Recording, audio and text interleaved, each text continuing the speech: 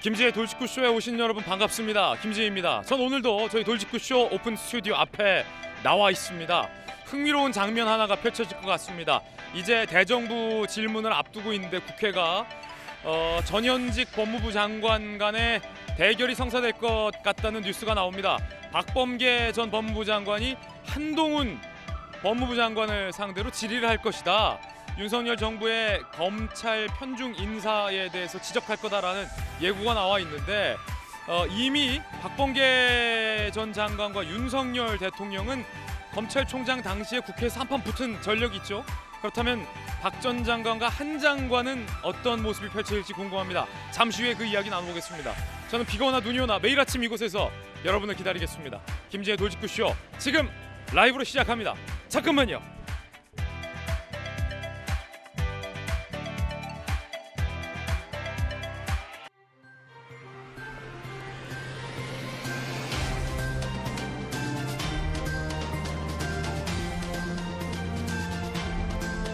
신문 읽어주는 남자입니다. 금요일 아침입니다. 한 주간 논란이 참 많았습니다. 특히 정치권에서 이 법안을 두고 특정 세력을 향한 특혜가 아니냐라는 논란이 거세게 임바 있죠. 오늘 조간신문에도 보도되고 있는데 포함해서 어떤 내용들 준비되어 있는지 하나씩 살펴보겠습니다.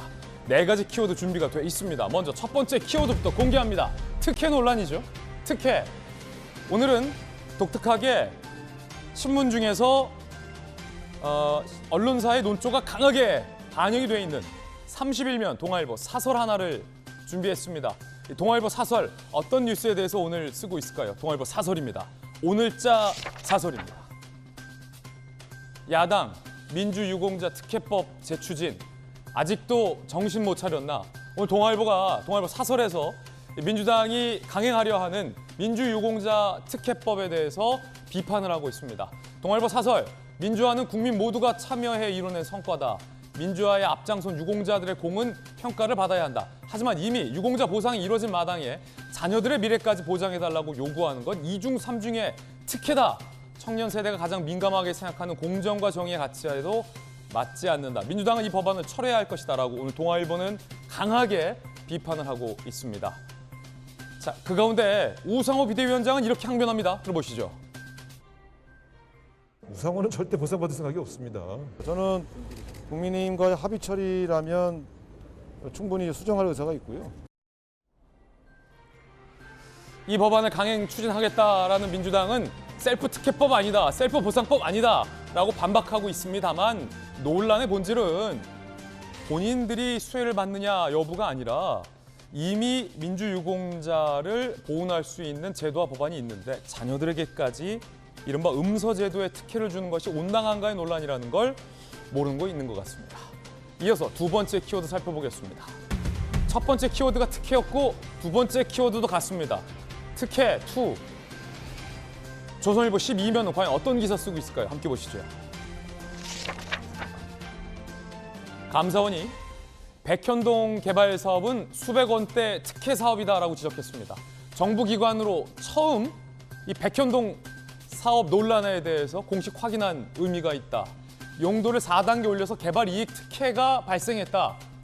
특히 논란이 됐던 아파트 옆에 옹벽, 거대한 옹벽, 굉장히 위험한 논란이 제기됐는데 성남시가 제대로 감독하지 않았다라는 겁니다. 백현동 특혜 의혹의 핵심은 민간 개발사가 백현동 부지를 매입하는 과정에서 성남시가 백현동 부지 용도 변경을 해주는 특혜를 줬다는 겁니다. 다시 말해서 원래는 아파트를 짓기 어려운 땅이었는데 성남시가 용도 상향을 해줘서 단숨에 아파트를 높이 지을 수 있는 금싸라기 땅으로 뒤바뀌었다는 겁니다. 그 과정에서 입주민들의 안전, 거대한 옹벽, 이 안전이 과연 담보되었는가라는 논란, 감사원이 이렇게 질타를 했다라는 조선일보 보도였습니다. 이어서 세 번째 키워드 살펴보겠습니다. 세 번째 키워드 이겁니다. 고의. 한 사건을 두고 과연 고의가 있었느냐 없었느냐 여부를 1심과 2심 법원의 판단이 달랐습니다. 경향신문입니다. 한동훈 법무장관에 대하여 독직 폭행했다는 혐의의 정진웅 검사 1심에서는 유죄가 선고됐는데 항소심에서는 무죄로 뒤집혔습니다. 고의성이 인정 안 된다라는 재판부의 설명이었습니다. 자, 그렇다면 3심 대법원 최종 판결은 어떻게 될지, 무슨 판단을 법원이 한 건지 잠시 후에 이야기 나눠보겠습니다. 이어서 네 번째 키워드 살펴보겠습니다. 네 번째 키워드는 이겁니다. 폐지. 경제지 한번 볼 텐데, 한국경제뉴스에 폐지라는 키워드가 오늘 떴습니다. 어떤 기사일까요? 다주택자에게 부과됐던 종부세, 소위 징벌적 중과 폐지가 될 방침입니다. 정부가 새로운 세제안을 발표했는데, 단순히 주택이 두 채 있다라는 이유로 징벌적인 종부세를 부과하던 현 제도에서 1주택이라도 주택 가격이 높으면 세금을 부과하는 합리적인 방법으로 바뀌었다라는 게 정부 설명입니다.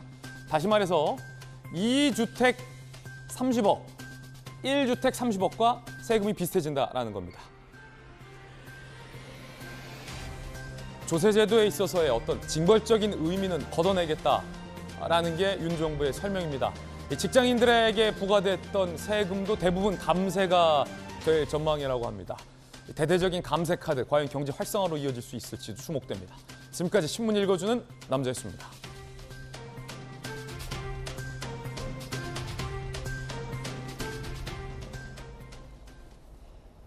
금요일 아침입니다. 오늘은 여야의 대표적인 청년 정치인들 대거 출연했습니다. 연건 특집 함께 하시죠.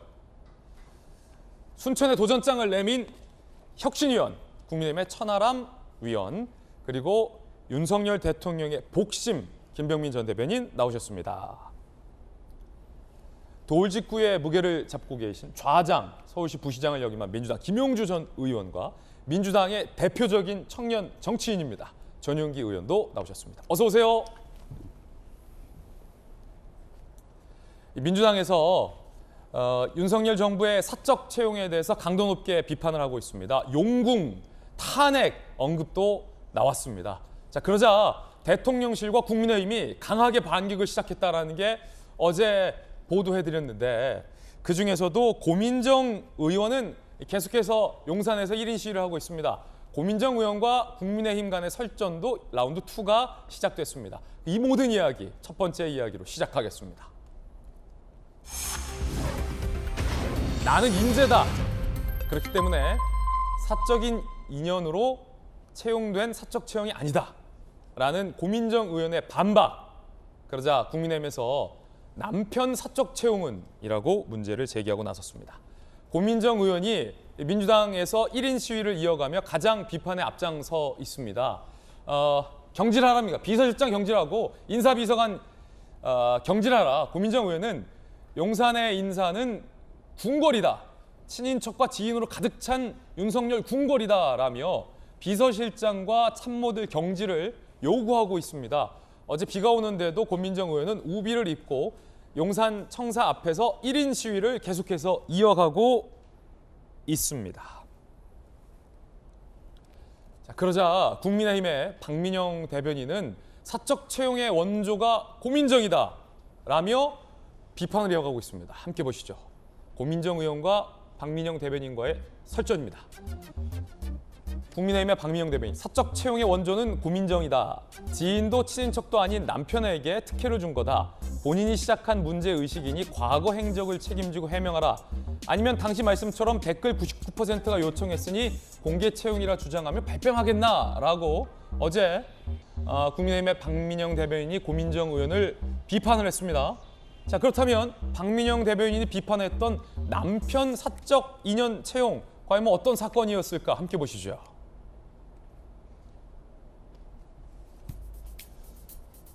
고민정과 함께하는 고클래스 수강생 모집 유료 강의입니다. 2020년 세비를 받고 있는 고민정 의원이 지역 주민이죠. 광진구 주민을 대상으로 유료 강좌를 개설해서 여론의 문매를 맞은 바 있습니다. 회당 25,000원의 유료 강좌입니다. 1인당. 그런데 강사진에 남편 조기영 시인이 포함이 돼 있습니다. 논란이 세게 일었습니다. 세비 받는 국회의원이 지역구 주민에게 유료 강좌를 연 것도 부적절한데 거기에다가 남편까지 섭외해서 남편에게 뭔가를 챙겨준 거 아니냐라는 논란이 일자 남편을 제외했습니다. 그런데 하루 뒤 200개 이상 댓글 중 99%가 계속 진행해 줄 것을 요청한다 라며 강서진에 다시 남편을 포함시켰습니다. 뺐다가 다시 넣은 겁니다. 그런데 집중호우로 강연이 연기된 바도 있습니다. 자, 지금 논란이에요. 일단은 천하람 위원님, 네. 박민영 국민의힘 대변인과 고민정 의원 간의 이 설전이 며칠째 이어지고 있는데 이게 어떤 사건이에요? 고클라스? 이게 이제 그 고민정 의원이 국회의원 당선되고 나서 지역 구민들 대상으로 그러니까 정치, 그다음에 문화 이런 영역에서 어떤 강연을 열겠다라고 한 거예요. 그래서 이제 1인당 25,000원을 내고 들어라. 그래 거기까지는 그럴 수도 있다고 생각합니다. 실비도 들 수도 있고 강사비도 드려야 되고 그럴 수 있지 하는데 거기에 갑자기 이제 남편분을 강사로 넣으면서 이게 논란이 사실 촉발된 거였거든요. 그러니까 저도 제가 강연을 열 수 있죠. 근데 제 와이프를 강사로 초청한다? 이거 사실은 좀 일반적으로 생각하기 어려운 일이거든요. 특히 현역 국회의원이라면 더더욱 세비를 이미 받고 있는 상황이기 때문에. 그래서 이제 이게 논란이 됐고 그럼에도 불구하고 아까 보셨던 것처럼 고민정 의원 그냥 강행하겠다.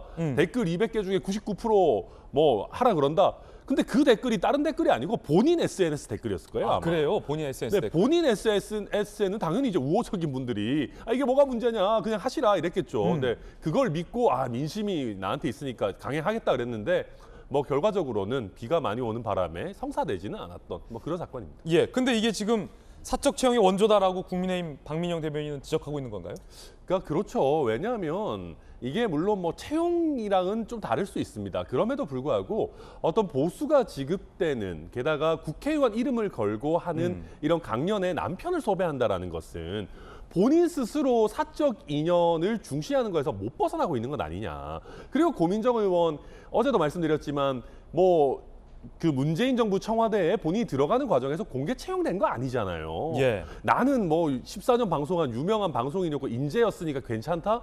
이거 너무한 그런 말씀 어떻게 본인 입으로 하시는지 잘 모르겠고 그런 인재들이 얼마나 많은데 그중에 픽업된 게 사실 본인의 능력이 100% 작용한 게 아니지 않습니까? 그래서 이제 이런 면에서 본인도 공사 구분이 그렇게 투철하지 않으신 분이 지금 저렇게 하시는 거는 제가 봤을 때는 더도 덜도 아니고 그냥 민주당 최고위원 선거 앞두고 자기 이름값 높이기 위한 어떤 자기 PR을 하고 계시는 거 아닌가 저는 그렇게 보고 있습니다. 그렇군요. 김병민 대변인님. 네. 사실은 광진하면 또 김병민 대변인의 광진 옆 지역구가 이제 고민정 의원이잖아요. 맞습니다. 네. 그때 당시 지역에서도 논란이 좀 많았던 사건이었던 것 같아요. 2020년 총선 국회의원 당선되고 나서 고민정 의원이 한껏 들떠 있을 때였죠. 오세훈 서울시장이라고 하는 거물을 그 당시 이제 전 서울시장이었던 오세훈 후보를 이기고 당선이 되고 난 다음 오세훈 시장에 대해서도 다소 좀 거칠게 표현해갖고 꼭 진 후보에게 그렇게까지 얘기하는 게 맞니? 이런 표현들이 있을 때였거든요. 결과적으로 그 당시 행사가 진행이 되진 않았던 것 같은데 저는 제가 봤을 때 고민정 의원 저 행사에서 남편이 대단히 많은 돈들을 받아가는 건 아니었는데 그 남편이 하는 게 맞냐 그러냐에 대한 논란이 조금 있을 수는 있을 것 같습니다. 근데 이거를 박민영 대변인이 굳이 꺼내왔던 이유는 민주당이 지금 현재 있는 대통령실을 향해서 하고 있는 사적 채용 논란이 얼마나 터무니없는 주장인지에 대해서 한번 돌아보라고 고민정 의원의 사례를 꺼내왔다고 생각하거든요. 고민정 의원이 청와대에 그 당시에 들어갔던 내용들 보면 본인의 실력이라든지 이런 내용보다 사적 인연이 또 저도 경이 되고 고민정 의원도 경이 되고 문재인 대통령도 경이 되고 이런 사적 채용에 대한 논란들을 2년을 따져 들어가기 시작하면 한도 끝도 없이 이어질 수 있을 건데 물론 고민정 의원은 그에 대해서 2년 때문에 된 게 아니라 방송 14년 차의 인재이기 때문에 발탁됐다라고 주장하고 있어요. 저는 고민정 의원의 말을 100% 신뢰하고 믿고 싶습니다. 근데 바라보는 사람들마다 시각은 조금씩 다른 것 아니겠습니까?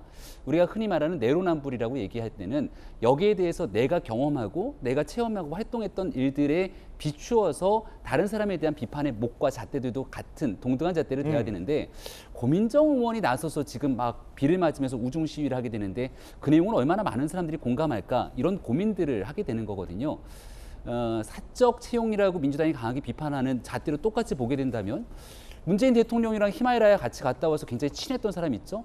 탁현민 전 행정관. 탁현민. 물론 문재인 대통령이랑 무슨 친인척 관계나 이런 관계는 아닙니다만 누가 뭐래도 사적으로 인연이 깊으니까 그 당시 여성가족부 장관까지 나서서 탁현민 행정관이 쓴 책이 문제가 심각한데 여기에 대해서 좀 어떻게 했으면 좋겠는 발언을 무지하게 쏟아냅니다. 예. 근데 대통령이 끝까지 탁현민 행정관에 대해서는 결국 비서관으로 승진까지 시키지 않았습니까? 이런 걸 보고 사적 인연이 깊게 개입돼서 문제가 있는 사람 끝까지 쓰는 것 아니야? 이런 인식이 있을 수 있고요. 이게 단순하게 인연의 관계를 넘어서 중요한 건 실력이 있느냐에 대한 여부 한 가지가 가장 중요한 내용이고, 두 번째 이것보다 훨씬 더 중요한 건 누군가가 보이지 않는 인연 때문에 들어와서 커다란 문제를 일으키는 경우인데, 옵티머스와 관련된 수조 원대 피해 사기를 입혔던 이 옵티머스 사건과 깊은 이해관계를 맺은 사람이 문재인 정부 청와대 행정관으로 들어와 있었습니다. 여전히 이 사람은 어떻게 청와대 행정관으로 들어왔는지에 대한 해명들이 잘 이루어지지 않게 되죠.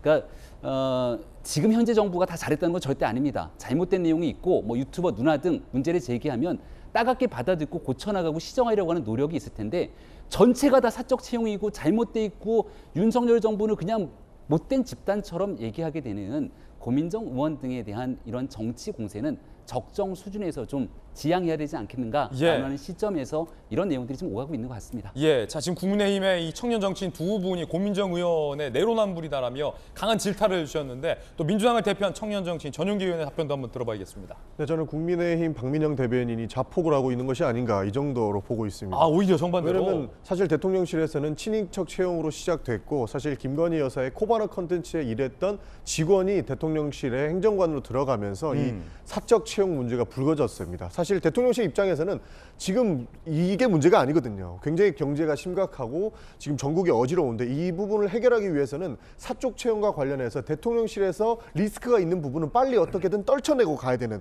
그런 상황에 와 있습니다.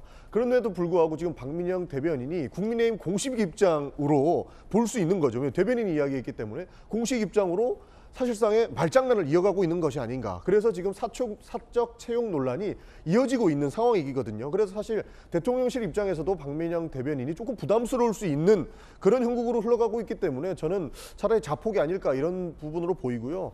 사실 대선 때는 굉장히 많은 부분의 전문가들을 모으기 위해서 각 캠프에서 굉장한 노력들을 합니다. 사실 윤석열 대통령 후보일 때 사실 당국에서 여신이라 불렸던 차유람 씨도 영입을 했잖아요.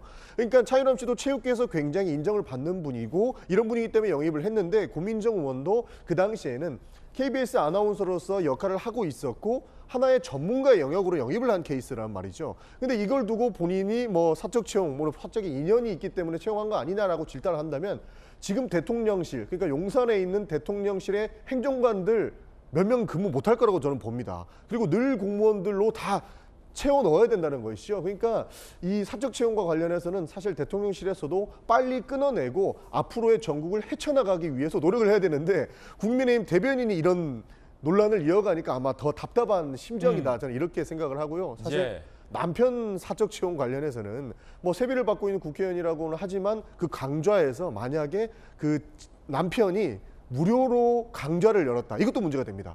왜냐하면 기부행위로 비춰질 수 있어서 선관위에서 굉장히 강력한 제재를 할 수 있기 때문에, 뭐 남편이 그냥 무료로 했다면 더 문제가 될 수 있는 그런 상황까지 번질 수 있거든요. 그러니까 남편이 지금 그 강좌에서 넣었냐 말았냐, 이 문제를 남편 사적 채용으로 주장하는 것 자체가 이 사적 채용 논란을 더 부추기고 대통령실에는 더 부담을 주는 것이 지금 박민영 국민의힘 대변인 입에서 나오는 거다, 저는 이렇게 보고 있습니다. 자, 민주당에서 고민정 의원이 이제 1인 시위를 계속하면서 이 사적 채용 논란을 가장 전면에서 질타하고 있어서 이런 논박과 설전도 펼쳐지고 있는 건데, 고민정 의원의 주장 중에 문재인 정부 전용기 의원 나와 있지만 이 전용기 말고 진짜 비행기, 대통령 전용기에서 민간인은 탑승한 적 없다라고 고민정 의원은 주장한 바 있었습니다만, 국민의힘이 반박을 했습니다. 함께 보시죠. 고민정, 저는 민간인 신분으로 대통령 순방에 따라간 적 없다. 박민영 대변인, 청와대가 국가행사에 민간인 초대 전용기 태운 걸로 모자라 셀카까지 공개. 개그맨 김영철 씨가 따라갔죠, 해외 순방에. 민주당식 논리로는 국가문란 아니냐 라는 질타를 했습니다.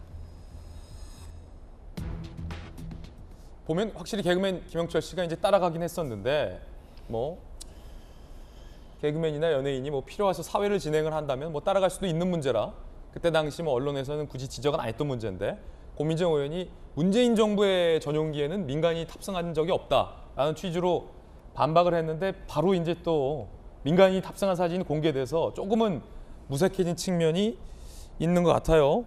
김영주 의원님, 네. 그 고민정 의원이 꼭 이렇게 전면에서 지적을 해야 하나 전략상 여러 가지 뭐 반박들이 나오는데 뭐 전용기나 네. 이 훌륭한 의원들 많지 않습니까? 이 네. 공격수를 좀 바꿔줄 필요도 있지 않습니까? 사실은 컨테스트 보면요, 우리가 우리를 공격하는 꼴이에요. 무슨 고민정- 뜻이냐 하면 고민정 의원은 아니 우리 논의 자체가 이 논의 자체가 예, 왜냐하면 사적 채용이 늘어나야 돼요. 음, 개방직 공무원이 예, 우리가 쌓아야 될 사람들은 사실은 철박통인 관료들이에요. 음, 우리가 이걸 갖고 논박하라고 사적 채용이니 공적 채용이 하면 우리 밥줄을 우리가 끊는 겁니다. 전문성을 가지고 왜 그걸 갖고 싸우는 공채냐 그 개방형이냐 사실은 인력 그 관리하는 사람들이 스카우트 하는 거잖아요. 예. 스카우트가 뭐 문제입니까? 지금 이 논의가 굉장히 아무 없는 의미 없는 논쟁이라는 거예요. 사적인 인연이든 어쨌든 그 사람이 능력이 되고 과정이 되면 공적으로 채용하는 것이죠. 왜 그걸 가지고 서로 싸우는지 제 이해가 못되고 고민정 의원도 이해가 안 되고요. 예, 전체적으로 보면 개방직 공무원 더 늘려야 됩니다. 더 늘려야 된다. 지금 현재 관료주의 체제 4차 산업혁명에 안 맞습니다. 규제 개혁할 뿐만 아니라 사람 개혁도 해야 됩니다. 이제 그런 면에서 우리가 똑같이 정신을 차려야 된다는 거고 전용기도 안 타본 사람들이 왜 전용기 얘기를 합니까? 전용기도 안 타본 사람들이 전용기 얘기하지 마라. 전용기에는 아직 못 타봤어요. 전용기. 전용기에는 기자들도 타고 기업인도 타고 다 타고 가는 겁니다. 대통령 순방할 때. 예, 왜 민간인은 못 타요? 민간인이 만들어준 대통령, 민간인 낸 세금으로 전용기가 운영하는데 공무원증 달고 표시돼서 갑니까? 말이 안 되고 지금 현재 개그맨 그냥 할 일 없이 그냥 누구 따라와서 탔습니까? 그거 아니잖아요. 자기 역할이 있어서 진행자로 간 거고 그때는 민간인이지만 공적인 역할이 있어서 간 겁니다. 저런 걸 갖고 얘기하면 국민의힘 대변인 수준이 굉장히 떨어지는 거예요. 예, 아니 뭐 강자 열어 가지고 사실은 정말로 무료로 했으면 더 큰 겁니다. 기부행위예요. 그것에 대해서 강자 한 사람 들어간 것에 대해서 채용이라 얘기하는 것도 지나친 겁니다. 따라서 지금은 어제 제가 그런 말씀 드렸잖아요. 사실은 개방형을 넓힌 게 어찌 보면 역관제일 수도 있고 혹은 영국식의 소위 정실주의라고 하는 자기네들끼리 짬짬이로 해먹는 그런 부분에 문제가 있는 거고 잘못하면 매간매직의 여러 가지 논란이 되기 때문에 이 지점들을 우리가 여야가 사실은 협의하에서 어떻게 예. 인사의 문화를 만들어 가야 될 게 과정입니다. 어제도 권성동 원내대표가 알박기 이야기를 하는데 결과적으로 그것이 잘못되면 또 화이트리스트, 블랙리스트 얘기를 나오잖아요. 언제까지 이런 악순환을 계속할 거냐. 예. 조금 정신 차려야 된다 그렇게 생각합니다. 정신 차려야 된다. 다시 말해서 특히 이제 뭐 6급 공무원 같은 경우도 캠프 때부터 열심히 일했던 청와대에 채용되는 문제가 전혀 논란이 아닌 거를 갖고 고민정 의원이나 민주당도 문제 삼으면 안 되고 그걸 반박하는 과정에서 국민의힘에서 뭐 남편의 강좌나 전용기 민간인 탑승 같은 것도 얘기가 안 되는 거다. 여야를 향해서 김영주 또 정치 선배 의원이 돌직구를 날렸습니다. 고민정 의원은 나는 다른 케이스랑 다르다라고 계속해서 주장하고 있습니다. 나는 인재다라고 말이죠. 들어보시죠. 저 그 당시 나름 꽤 검색하면 이름이 많이 나오던 사람이었습니다. 네, 제가 네. 방송만 14년을 했었고요. 네. 그 당시에 웬만한 프로그램들은 거의 다 진행을 했었던 아나운서였었고 네. 그러한 능력들이 인정을 받아서 인재 영입이 됐던 케이스였죠. 아. 비교를 하려면 좀 제대로 하든지. 네. 그러니까 나는 소위 말해서 지금 논란이 되고 있는 캠프 때부터 열심히 일했던 청년이 6급으로 그 인사 담당했던 주모 씨가 6급으로 용산에 채용됐던 그 사람과 나는 다르다. 그 사람은 사적 채용이고 그 청년은 나는 인재 영입이다. 라는 주장으로 비춰질 수도 있는데 MBC 아나운서 공채 출신 고민정 의원보다 한참 선배죠. 선배 아나운서가 일침을 냈다고 합니다. 김현주 전 대변인이죠. 굳이 그렇게 치자면 나는 89년 MBC 공채 출신이다. 또 한 저러고 하네. 20년 몇 년 됐죠 그러면. 이후 오래 방송했지만 토론 배틀 통해 정당 대변인도 포함됐다. 어떤 주장할 땐 무리수는 아닌지 본인이 서 있는 자리를 둘러볼 필요가 있다라고 반박을 했습니다.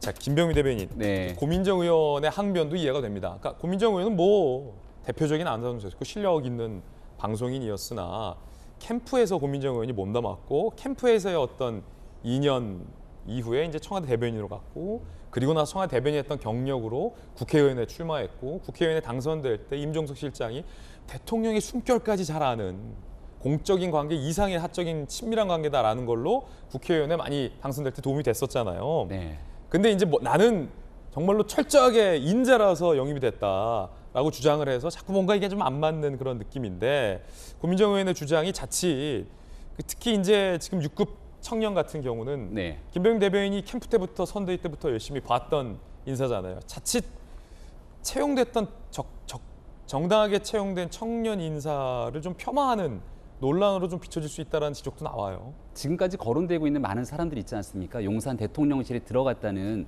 하위직 행정요원이라든지 조금 전에 얘기했던 6급 청년이라든지 저 솔직히 선거 때 보면 그렇게 제가 별로 눈길을 두지 않았던 사람들입니다. 만났던 적도 스쳐 지나가면서 얼굴을 봤을 정도고요.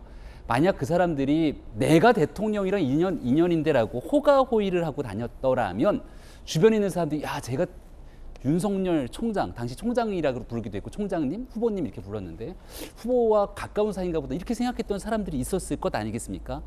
정말 묵묵하게 자기 자리에서 주어진 일들을 했고 저는 이 뉴스가 터지기 전까지 아 이런 인연이 있었구나라는 걸 알지 못했습니다. 그러니까 본인들이 주어진 자리에서 열심히 역할을 하고 또 그 자리에 자기 경험과 역량과 안 맞는 자리가 아닌 그래도 주어져서 역할을 할 수 있는 자리에 가서 일하고 있는 부분들이 있는 건데요. 고민정 의원이 이런 얘기를 하니까 많은 국민들 또 민주당 내에 계신 분들 중에서도 고민정 의원에 대한 평가는 좀 엇갈릴 거라고 봅니다. 고민정 의원이 진짜 능력이 있어서 청와대 대변인이 된 것이 맞나? 그리고 사적 채용에 이어서 국회의원 선거는 공천, 이 공천을 사적 공천 아니냐 이렇게도 연결지어서 볼 수 있는데 제 기억에 총선 때 2020년 같이 나왔으니까 예. 광진에 붙어있는 현수막을 보면 고민정 의원의 현수막은 항상 문재인 대통령의 사진이 같이 붙어있으면서 지그시 바라보고 대통령의 믿음이었던가요? 항상 문재인 대통령과 함께하는 본인의 세를 과시하기 위한 노력을 많이 했습니다. 이런 게 사적 인연에 대한 내용들을 좀 더 부각하고 강조하는 그것 때문에 오히려 실력이 인연을 더 뛰어넘지 못하게 되는 상황이 아닐까 저는 이런 생각을 갖고 있거든요. 젊은 층들이 가지고 있는 생각 속에서 공정한 인식이 매우 중요하기 때문에 권성동 원내대표의 발언 하나로 많은 상처를 주고 거기에 또 고개를 숙이고 미안하다고 죄송하다고 사과를 하기도 합니다. 근데 고민정 의원이나 민주당의 일부 있는 인사들이 하는 방식처럼 이 같은 주장을 하게 되는 건 결국 사건의 본질이나 문제 해결에 별로 도움이 되지 않는다 생각하고요. 본인 스스로가 내가 이렇게 뛰어난 인재이기 때문에 이 자리에 이렇게 됐고라고 주장하게 되는 일들에 대해서는 많이 공감하시는 분들이 얼마나 계실까 이런 생각이 듭니다. 예, 김병미 대변인의 개인적인 견해까지 들어봤습니다. 그런가 하면 박홍근 원내대표가 윤석열 대통령을 향해서 탄핵을 언급하며 비판을 했는데 박홍근 원내대표가 본인에 대한 윤 대통령의 발언 한마디에 발끈을 했습니다. 원내대표를 일개 정치인 나부랭이처럼 표현한다라고 굉장히 발끈을 했는데 이게 무슨 일일까요? 일단 박 원내대표의 언급과 윤 대통령의 발언부터 한번 들어보시죠. 비선 실세 최순실의 국정농단은 헌정사상 초유의 대통령 탄핵으로 이어졌습니다. 경고합니다. 대통령의 권력의 사유화는 반드시 대가를 치르게 됩니다.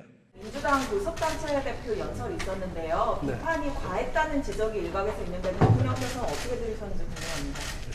야당 정치인의 발언에 대해서 뭐 대통령이 거기에 대해서 언급할 필요가 있겠습니다.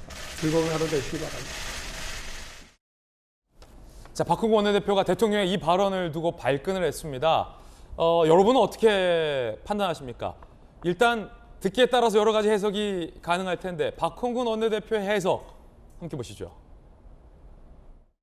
원내에서 제1당의 그 대표를 맡고 있는 것인데 거기에 대해서 일개 정치인 나부랭이처럼 표현해서 되겠습니까? 그거야말로 대통령의 이 저급한 이 국회와 입법에 대한 인식을 그대로 보여준 것이다라고 볼 수밖에 없죠. 자, 박홍근 원내대표가 발끈했습니다. 나는 원내대표인데 일개 정치인 나부랭이처럼 표현을 했다. 저급한 인식이다라고까지 발끈을 했는데 자, 과연 윤 대통령의 발언 박홍 원내대표가 이렇게 발끈한 까닭은 무엇일지, 발끈할 만한 일인지, 더 나아가 그럼 원내대표가 아닌 뭐 비례 국회의원인 전용기 의원은 일개 정치인 나부랭이가 되는 건지 등등 다양한 논란들이 일고 있어요. 이야기 좀 한번 나눠보겠습니다. 먼저 전용기 의원님, 네. 박홍 원내대표가 발끈한 이유는 뭡니까? 사실 그 제1야당의 원내대표의 발언이죠. 그리고 국회 본회의장에서 했던 교섭단체의 대표연설이었습니다. 거기서 뭐 오해도 충분히 있을 수 있습니다. 뭐 권력을 사유화했던 박근혜 대통령 때의 탄핵이 일어났으니까 지금 윤석열 정부에서도 권력 사유화는 하지 말아라라고 하는 내용입니다. 사실 여기에는 아까 조금 전에 이야기했던 사적 채용과 관련된 내용도 들어있을 것이고요. 그렇게 권력 사유화가 된다면 국민들께 부담을 줄 것이고 그런 모습은 보이지 말아라라고 하는 의미로 해석해 주시면 감사하겠습니다. 그러나 대통령께서는 야당 정치인의 발언에 이야기하지 않겠다 뭐 이렇게 이야기를 하시는 부분에서 박홍근 원내대표가 이제 발끈을 하신 건데요. 사실 뭐 일개 정치인 나부랭이라고 표현한 것까지는 조금 과하지 않았나 저는 싶기는 한데, 그러나 원내대표 교섭단체 대표연설로서 원내대표가 권력 사유화에 대한 경고장을 날린 것입니다. 그런데 대통령께서 일개 정치인, 야당 정치인이라고 하면서 폄훼를 하고 사실상 협치를 안 하겠다라는 뜻으로 받아들였기 때문에 그러면 국회와 정부의 역할이 어떻게 지금 흘러가겠느냐라는 측면에서 박홍근 원내대표가 강력하게 반발을 한 거다, 이렇게 말씀드릴 수 있겠습니다. 그렇군요. 그러니까 민주당과 박홍근 원내대표는 야당 정치인의 발언에 대통령이 언급까지 할 필요가 있겠습니까? 좋은 하루 되세요라는 발언에 대해서 이렇게 해석을 한 겁니다. 자, 그러면 윤 대통령의 이 발언은 과연 그런 의미였나? 일개 정치인 나부랭이로 폄하한 거였나? 와, 판단과 관련해서 이견이 있을 수 있거든요. 천하람 의원은 어떻게 봐요? 저는 일단 대통령의 저 말씀하셨을 때 박수를 쳤어요. 야, 이거는 진짜 엄청난 그 자제력의 발휘다. 어제 우리 돌직구쇼에서 같이 들었잖아요. 예, 이거 저는 진짜 실시간으로 대통령이 어금니 꽉 깨물고 참으신 거라고 생각하거든요. 네네. 그러니까 전용기 의원께서 아니 야당의 원내대표 교섭단체 대표연설인데 어떻게 그렇게 하시냐는데, 반대로 생각해 보면은요. 야당의 원내대표 교섭단체 연설에서 탄핵을 얘기한 거예요. 예. 직접적으로 얘기한 건 아니고 박근혜 때를 끌어온 거다라고 하시지만 탄핵 얘기하고 나서 바로 경고합니다라고 때린 거 아닙니까? 이거는 지금 뭐 150석은 넘어서서 170석에 가까운 거대 야당이 우리 탄핵할 수도 있어라고 경고하는 걸 날린 거예요. 제가 대통령이었으면은요, 솔직히 화냈을 수도 있습니다. 막 거기서 오히려 대거리하고 약간 이렇게 비판하고 했을 수 있는데 윤석열 대통령이 어금니 꽉 깨물고 잘 참으신 거거든요. 여기에 대해서 야당 그냥 넘어가 주는 게 저는 예의라고 봐요.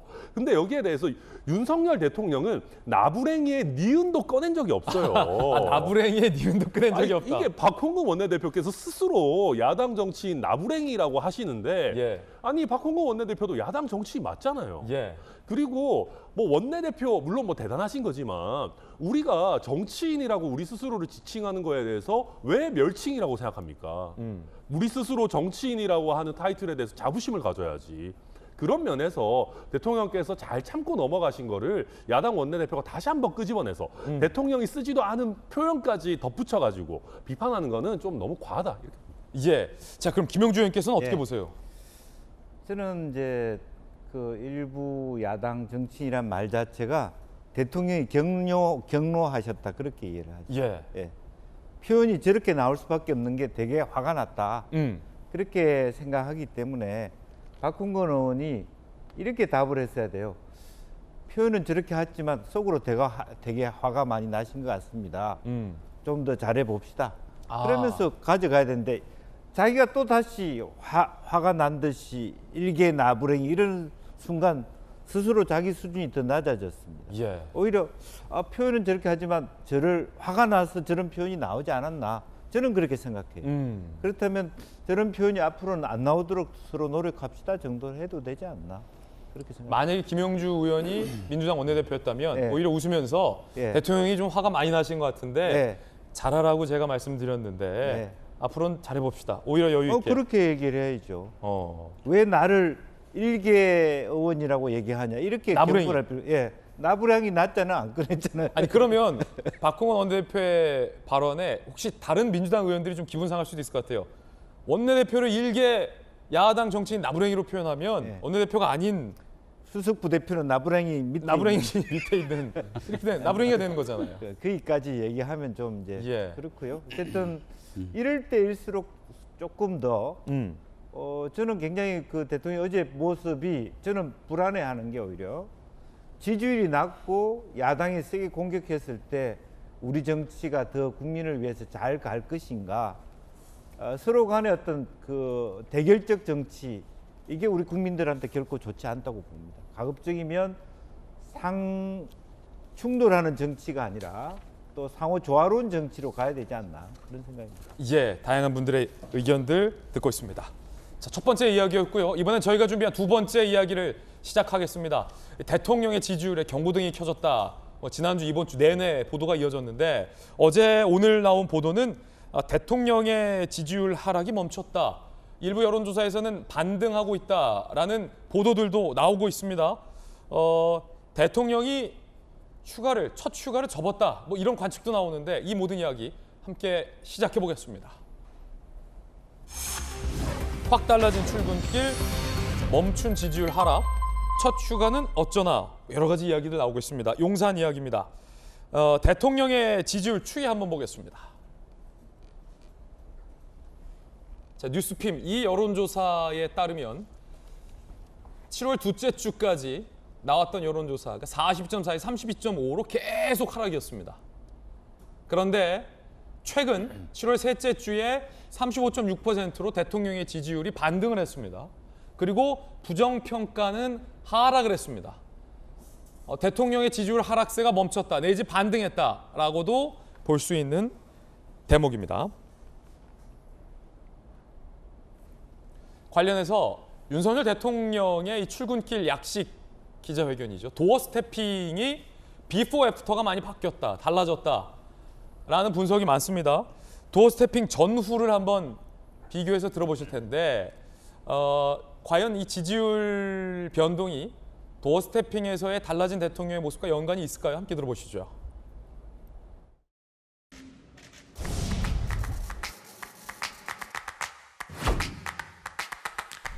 다른 정권 때하고 한번 비교를 해보세요.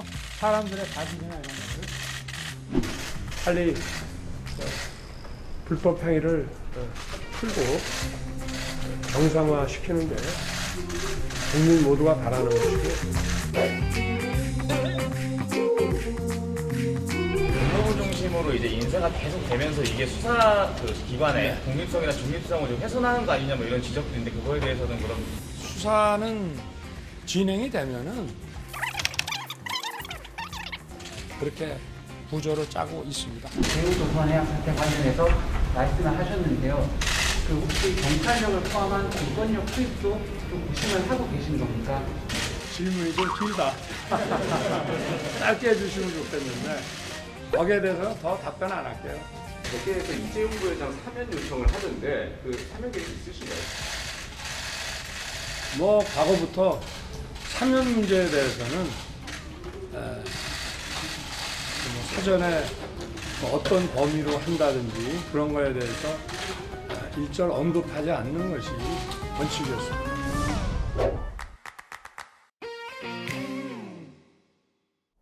말을 줄이고 톤을 낮추고 공격적인 표현을 자제하는 대통령의 확연히 달라진 도어 스태핑 모습 변화입니다. 도어 스태핑의 모습이 변화하고 희한하게 대통령 지지율 하락이 멈췄고 내지는 반등했다. 이런 여론조사와 분석 기사들이 나오고 있는 건데 과연 다른 제3자들은 어떻게 평가할까? 진중권 교수와 박지원 전 원장의 평가도 언론에서 많이 인용됩니다. 들어보시죠. 불필요한 언급을 자제하는 것 같아요. 대답하지 않겠습니다. 이러니까 약간 안정감이 드는 걸 잘한 것 같고요. 또 최근에 이제 경제 문제에 대한 언급이 좀 늘었고요. 예. 좀 바람직한 부분이고 취약계층 보호하겠다 이런 언급들이 좀 는 것들 그 방향으로 계속 가면 될 것 같습니다. 낙관은 불허하지만은 그래도 윤석열 대통령께서 도어 스태핑 등 조심하는 것이 조금 보이잖아요. 어떤 미스테이크, 잘못을 지금 현재 보여주지는 않고 있는 것 같아요. 박지원 전 원장도 조심하는 게 보인다. 잘 되고 있는 것 같다. 진중권 전 교수는 안정감이다 이렇게 평가했습니다. 이런 질문은 대통령의 복심에게 물어봐야 될 것 같습니다. 뭐 당에 입당하기 전부터 경선 때, 후보 때, 캠프 때, 선대위 때까지 밀착 수행을 했던 김병민 대변인님, 예. 확실히 대통령의 답변 모습이나 태도가 달라졌어요. 맞습니까? 매우 신중에 신중을 기하는 것 같은 모습을 보이고 있죠. 그 예전에 도어 스태핑하면서 약간 비판적인 그 반응이 있었던 말 중에 하나가 대통령이 처음이라고 하는 반응들. 예. 농담 섞이게 얘기했는데 여기에 대해서도 이제 비판하시는 분들이 꽤 있었거든요. 저는 그때 그 얘기를 들으면서 앞에 가로 열고 가로 닫고 용산자가 빠져 있는 게 아닌가 이런 생각이 들었습니다. 대한민국 역사상 용산 대통령은 처음이고 그 용산 대통령이 처음이라는 건 매일같이 국민을 대신해서 묻는 기자들과 함께하는 도어 스태핑을 갖는 대통령은 처음인 것이죠. 그러니까 한 번도 가보지 않았던 길을 걷는 것이기 때문에 이 과정에서 나올 수 있는 시행착오가 분명히 있을 수밖에 없다고 생각합니다. 초창기 시행착오는 여기에 대해서 묻는 기자들과의 질답이 굉장히 많았고 많은 일들에 대해서 모든 거 다 대통령이 얘기하다 보니까 부처의 내각과 총리 그리고 나머지 수석들은 보이지 않는다는 지적들이 나올 수도 있었고요. 예. 그래서 아마 도어 스태핑 과정 속에서 질문의 숫자를 최대한 간결하게 하고 대한민국을 이끄는 국정 최고 책임자로서의 대통령이 꼭 해야 할 답변들을 하고 나머지에 대한 내용들은 스타 장관이 좀 많이 나왔으면 좋겠다라는 얘기가 내각에 책임지고 있는 책임 장관들이 적극적으로 자기 부처 일에 대해선 국민과 소통하라는 지시를 내린 거거든요. 대통령이 확실히 달라졌다. 이런 일들이 아마 현재의 지지율 국면들을 조금 진정시키고 예. 국민께 다시 한번 기대감을 줄 수 있는 상태로 바뀌고 있다 생각하고요. 제일 중요한 건 지지율 하락에 대한 국면의 일부 원인들에 대한 해소가 좀 되고 있는 것이고 중요한 건 경제 위기, 먹고 사는 문제가 너무 심각한데 여기에 대해서 좀 해결해달라. 예. 그리고 이 해결에 대한 모습이 제일 전면에 나서야 되는데 그것보다는 안에 있는 내부 내용들이 자꾸 뉴스화되는 것도 또 지지율 하락의 원인이기 때문에 두 번째 문제를 이제 슬슬 해결해 나가면 될 것 같습니다. 대통령이 말을 줄이고 톤을 낮추고 불필요한 발언을 좀 자제하셔야 된다, 진중하셔야 된다라는 직언을 혹시 김병민 대변인이 했습니까? 대통령에게? 아마 수많은 언론에 있는 사람들이 대통령실에 향해서 얘기를 했을 것이고요. 저희들도 마찬가지로 대통령실에 있는 많은 사람들과 같이 인연을 맺고 의견들을 주고받지 않습니까? 특히 정권 교체를 원했던 많은 사람들은 성공한 대통령으로 앞으로의 5년을 꼭 이끌어왔으면 좋겠다는 마음가짐이 있기 때문에 했군요. 그런 일들을 여러 사람들이 함께 다 예. 메시지를 함께 전달하고 보탰을 겁니다. 예, 물론 이 보도가 나온 이후에 이런 여론조사도 나왔고 오늘 아직 갤럽 여론조사도 좀 안 나왔어요. 발표가 안 됐어요. 지켜봐야 될 것 같아요. 뉴스 토마토 여론조사는 32.6에서 30.4%로 긍정 지지율 떨어졌다라는 여론조사도 나왔고 오늘 갤럽 지지율은 아직 발표가 안 됐습니다. 이제 10시쯤 발표되니까 22분 정도 남았네요. 좀 지켜봐야 될 것 같다라는 말씀도 드리겠습니다. 윤석열 대통령은 아직 휴가를 안 갔습니다. 휴가철인데 첫 휴가에 대해서 대통령실에서 여력이 없다라고 이야기를 했습니다. 들어보시죠. 여름 휴가 계획이 어떻게 되세요? 아직 세우지 않았습니다. 가긴 가시나요? 글쎄 뭐 좀 여러 가지 좀 어려운 상황들이 좀 해소되면은 원래는 그 여름 휴가를 저도를 계속 갔다고 하는데 그 거제도라서 좀 생각을 하고 있다가 지금 대우조선 때문에 좀 어떻게 할지 지켜보고 있습니다. 대통령은 지금 대우조선 해양 문제도 있고 또 챙겨야 될 현안들이 많아서 아직 여름 휴가를 생각할 여유는 없습니다. 대통령은 일할 때 열심히 하고 휴가 때는 푹 쉬자는 생각을 하는 분이지만 지금 상황에서는 여력이 없기 때문에 일단 상황이 잘 풀려서 여름 휴가 계획을 세울 수 있게 되면 그때 정확하게 알려드리도록 하겠습니다. 김용주 의원님. 네. 대통령하고 지금 대변인 얘기 들어보니까 여름휴가 떠날 여력이 안 된다. 못 갈 것 같다. 뭐 이런 얘기예요. 휴가 접었다 이건데 대우조선해양 지금 파업 문제도 있고 뭐 물가 문제도 있고 경제 문제도 있고 뭐 국회 원구성도 안 된 문제도 있고 여러 가지 머리가 복잡하니까 휴가 가더라도 뭐 휴식이 아니다. 대통령이 지금 휴가 접은 것 이 판단은 옳은 판단이라고 보세요? 이제 뭐 어쨌든 메시지를 저렇게 낼 수밖에 없는데 하필 또 이제 대통령 여름 휴가지가 그제 저도입니다. 아, 옛날 박근혜 전 대통령도 네. 저도. 예. 그러니까 이제 사실은 하필 휴가를 대우조선해양 문제를 좀 잊을 수 있는 저 동해안으로 간다든지 속초, 예. 고성 이런 쪽으로 가시든지 해야 되는데 바로 앞에 거제잖아. 예. 근데 눈앞에 문제를 보고 쉴 수 있는 마음이 없죠. 그리고 현재 대통령 심정은 얼마나 타들어가겠습니까? 여러 가지 경제 현안도 있어야 되는데 국회는 열리지 않고 이제 겨우 이제 오늘 내일부터 이제 열리기 시작할 텐데 본인은 달리고 싶은데 여러 가지 어떤 각각 필드가 확실하게 라인업이 잘 되지 않으니까 마음 편히 쉴 수 있는 상황이 아닌 것 같고요. 이제 그런 의미에서 조금이라도 정부 여당이 한 방향 정리를 해서 뭔가 국민들에게 확실한 이 정부를 믿을 수 있겠다라고 하는 최소한의 그런 어떤 신뢰를 주고 그런 상태에서 가시고 싶어 하는 거 아닌가 그렇게 생각됩니다. 이제 그럼에도 불구하고 대통령이 계속 고민한다고 해서 이 문제를 푸는 건 아니거든요. 과감히 며칠 동안은 속세와 단절해서 혼자서 생각해 보는 것도 굉장히 그 꼬여 있는 정국을 푸는데 저는 도움이 될 수도 있다고 생각이 듭니다. 그렇군요. 대우조선 해양의 어떤 파업 문제만 원만하게 타결되면 휴가를 가시라라는 또 조언 의견 들어봤습니다. 그런가 하면 상당히 흥미로운 한판 승부가 예정돼 있습니다. 이제 곧 국회 시간이 돌아옵니다. 원구성 타결도 임박했다는 전망도 있고요.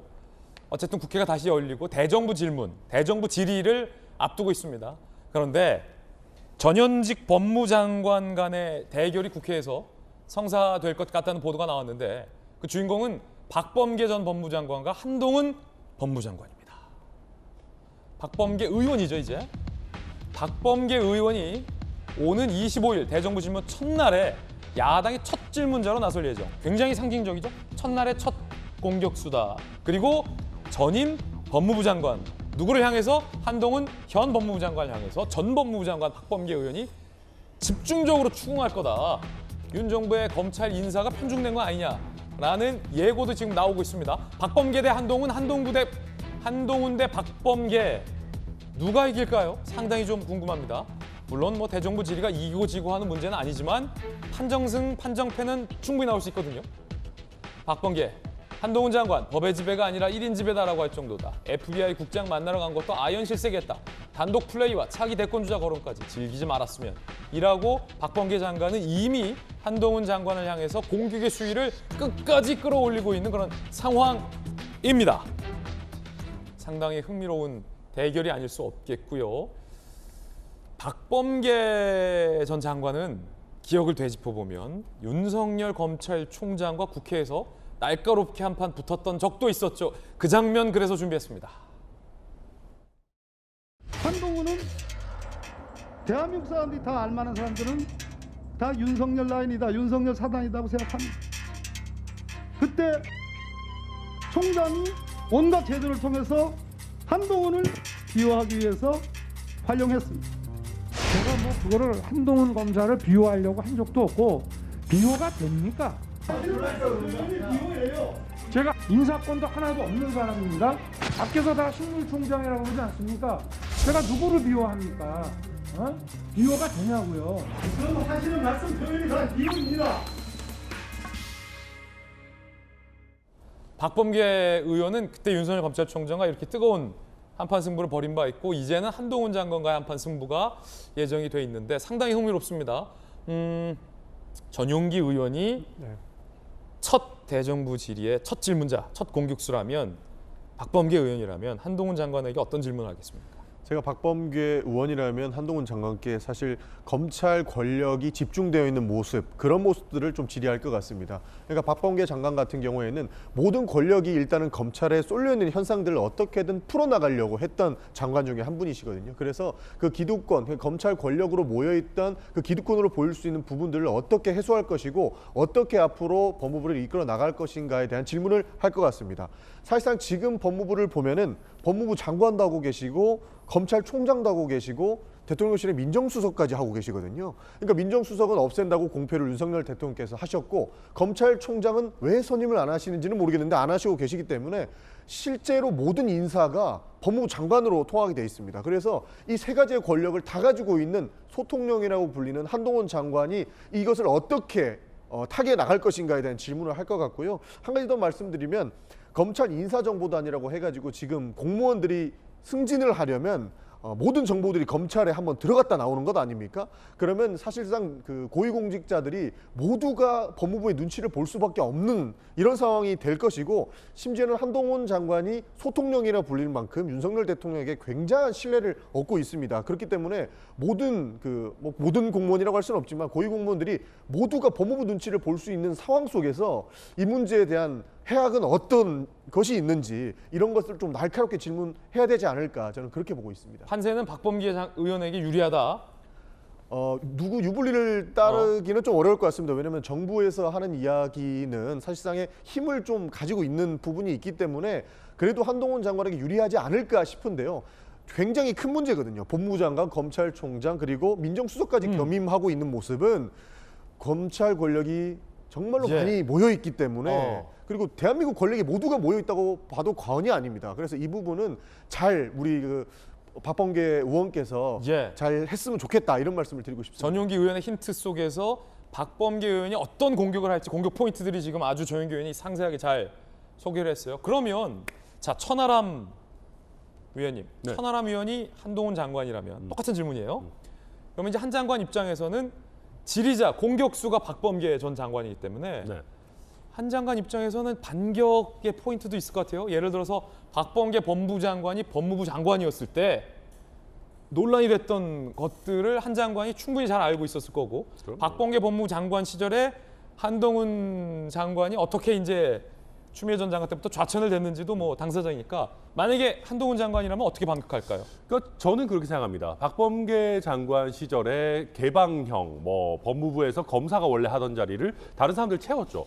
근데 그 사람들이 과연 잘 채워진 인사들이냐 하면 그렇지 않았어요. 민간에서 불러온 사람들도 다 편향성 논란이 있고 너무 민주당에 막 좀 그렇게 기울어진 사람들 아니냐고 이 사람들이 와가지고 그 조직에서 제 몫을 했느냐, 그렇지 않았다라는 평가가 훨씬 많았거든요. 그리고 이제 보면 저는 그 초창기 문재인 정부 초창기 검찰 인사는 사실은 실력 좋은 사람들 많이 했죠. 막 특수부에서 날고 기는 사람들 했었는데 그 이후에 가면 갈수록 추미애, 박범계 이런 체제에서는 말 잘 듣는 사람들, 다루기 쉬운 사람들 승진해 줬던 거 솔직히 맞지 않습니까?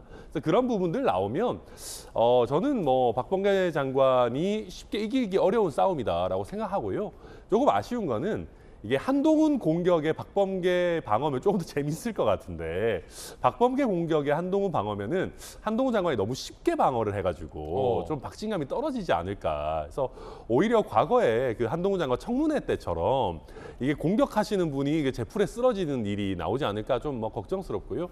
그리고 방금 전용기 의원 말씀해 주셨는데, 글쎄요, 저는 대한민국의 모든 권력이 법무부에 있다고까지는 전혀 생각이 되지는 않아요. 그래서 그런 오히려 과도하게 민주당이 공격하는 부분들이 많이 바로 잡혀질 수 있는 좋은 계기가 될 것 같다. 그렇게 보고 있습니다.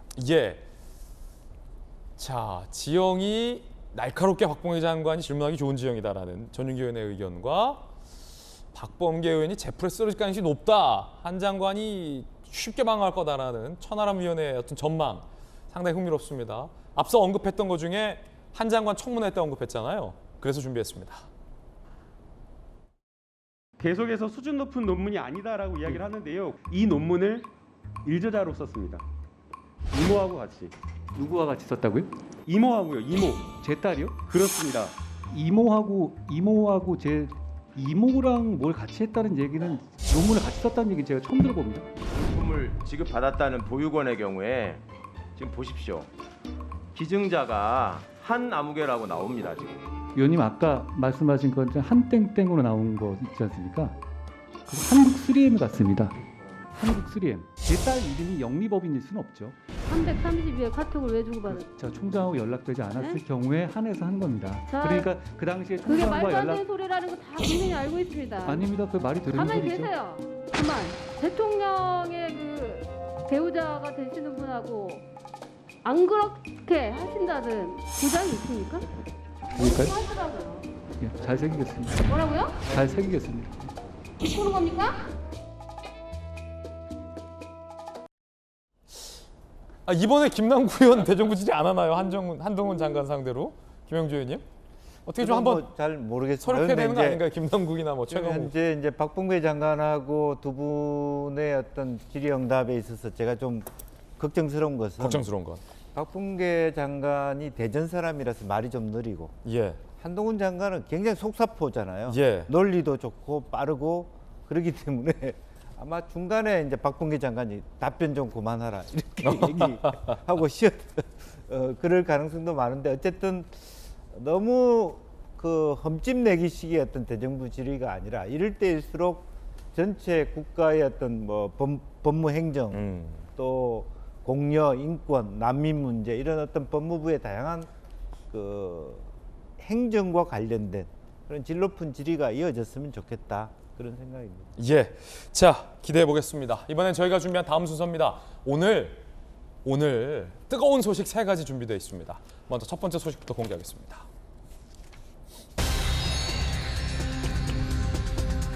성남시에서 이재명 의원의 친형 강제 입원 의혹과 관련된 서류가 실종이 됐다. 보관이 돼 있어야 할 서류 2종류가 사라졌다라고 문제 제기를 했습니다. 자, 성남시의 문제 제기부터 함께 보시죠. 성남시장 인수위 정상화 특위에서 지난달 성남시에 이재명 의원의 친형 고 이재선 씨의 정신병원 강제 입원 의혹 관련 자료를 요청했는데 관련 서류 8건 중 7건을 성남시가 미제출했다고 합니다. 동아일보 보도에 따르면요. 자, 성남시 인수위에서 성남시가 보관하던 친형 강제 입원 관련 서류 2건이 사라졌다. 인권 침해 요소 많은 사건 관련 문서들이 조직적으로 폐기된 의혹이 있다라고 성남시 인수위에서 문제 제기를 했습니다. 자, 그렇다면 사라졌다는 서류 2건은 어떤 서류일까요? 함께 보시죠. 사라진 서류 2건은 첫 번째 2012년 4월 진단 및 정신건강치료 의뢰서입니다. 굉장히 중요한 서류입니다. 그래서 과연 정신병원에 입원할 사유가 있었는지 여부를 판단할 수 있는 그런 서류고, 두 번째 정신보건센터의 정신건강 전화상담 기록지인데 공공기록물관리법에 따라 30년 이상 준영구 보관이 돼야 하는 서류다 라는데 이 2건이 없어졌다는 거예요. 성남시에서도 왜 없는지 확인이 안 되고 있다라고 의아하다는 반응을 성남시조차 하고 있는 그런 상황입니다. 자, 김병민 대변인님, 이거는 이제 준영구 공공기록물이라 30년 이상 영구 보존돼야 한다는 거고, 그런데 왜 사라진지 성남시도 모르겠다라는 반응이고, 성남시 인수위 측에서는 아니 이거를 성남시가 모르면 말이 되냐, 고의적으로 삭제한 거 아니냐라는 의혹을 강하게 제기하며 반발하고 있는 상황인데, 사라졌다는 서류를 보니까 매우 중요한 서류 같아 보여요. 네, 왜냐하면 이재명 의원의 친형 정신병원 강제 입원 의혹 같은 경우는 꽤 오랜 기간 이재명 의원에 대한 꼬리를 물고 다니는 의혹 중에 하나인데요. 이 내용에 대해서 최종적으로 2018년도 지방선거 토론회를 거치면서도 허위 증언한 것 아니냐 이런 일들 때문에 재판을 받은 바가 있기도 했었고요. 관련된 성남시 자료들이 매우 중요한데, 이재명 성남시장 이후에 은수미 성남시장이 또 성남시를 도맡아 일을 해왔기 때문에 관련된 증거들에 대해서 명확하게 살펴볼 수 있는 경위들이 마땅치 않았습니다. 근데 지금 나오고 있는 것처럼 30년 이상 보관해야 되는 준영구 보존기한이 있는 자료들이 아무도 모르고 왜 사라졌는지 모른 채 없어졌는데, 그 내용들이 사건의 진실을 밝힐 수 있는 매우 중요한 자료라면 지금부터는 누가 왜 이런 서류들을 만약에 의도적으로 인멸하려 한 것은 아닌지에 대한 확인이 필요한 상황으로 이어질 수 있겠죠. 이재명 의원에 대한 친형 한 사람의 인생을 정신병원에 강제 입원시키려고 지방자치단체장의 권력을 활용해서 했던 내용들이 만약 사실이라면 이건 뭐 씻을 수 없는 충격이기 때문에 이재명 의원은 적극적으로 부인하고 있지만, 관련된 내용들 소상하게 살펴보고 진실을 규명해야 될 필요가 있고요. 일각 또 민주당에서는 선거 끝나고 나니까 이재명 의원에 대해서 정치 보복하는 거 아니야 이렇게 얘기하는 사람들이 있을지 모르겠습니다만, 관련된 내용에 대해서 진실상 이재명 의원이 얘기했던 것처럼 모든 것이 다 떳떳하다면 더 적극적으로 관련된 진실 규명에 나서면 그만의 일이라고 생각합니다. 예. 자, 이제 법적으로 좀 한번 물어보죠. 이게 30년 이상 보관이 돼야 되는데 성남시에서는 없어졌다. 왜 없었는지 우리도 모른다. 이러면 그냥 땡이에요? 아니죠. 뭐 최소한 보관 책임이 있는 담당 공무원들의 징계가 문제될 수 있는 상황이고요. 천하람 변호사님. 네. 왜 없어졌을까요?